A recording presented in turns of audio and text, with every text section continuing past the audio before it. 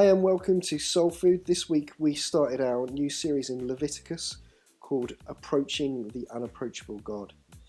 And we started off with this title of Chameleon Christianity, and we were looking at the idea that the church can too often look like the world.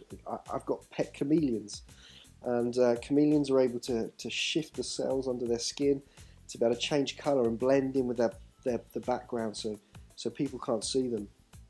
And unfortunately, sometimes we as Christians think we need to be like that. We think we need to blend into the world. We need to fall into the pattern of the world. And because of that, at times the church is becoming ineffective. And instead, we need to be transformed by the renewing of our minds so that we shine out into the darkness rather than looking like the darkness. And as we begin this study in the book of Leviticus, we need to ask ourselves, is this what God intended when he chose to make a way for us to approach the unapproachable God? Did he want us to blend in, or did he draw us near to him so that we could look like him and shine like him?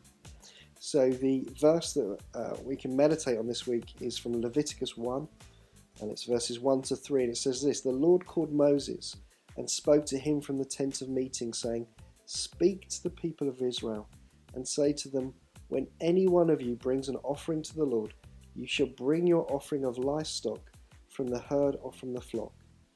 If his offering is a burnt offering from the herd, he shall offer a male without blemish.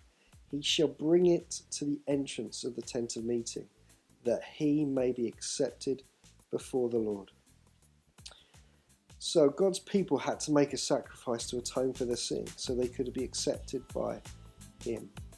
But we know as Christians that Jesus has made that sacrifice for us.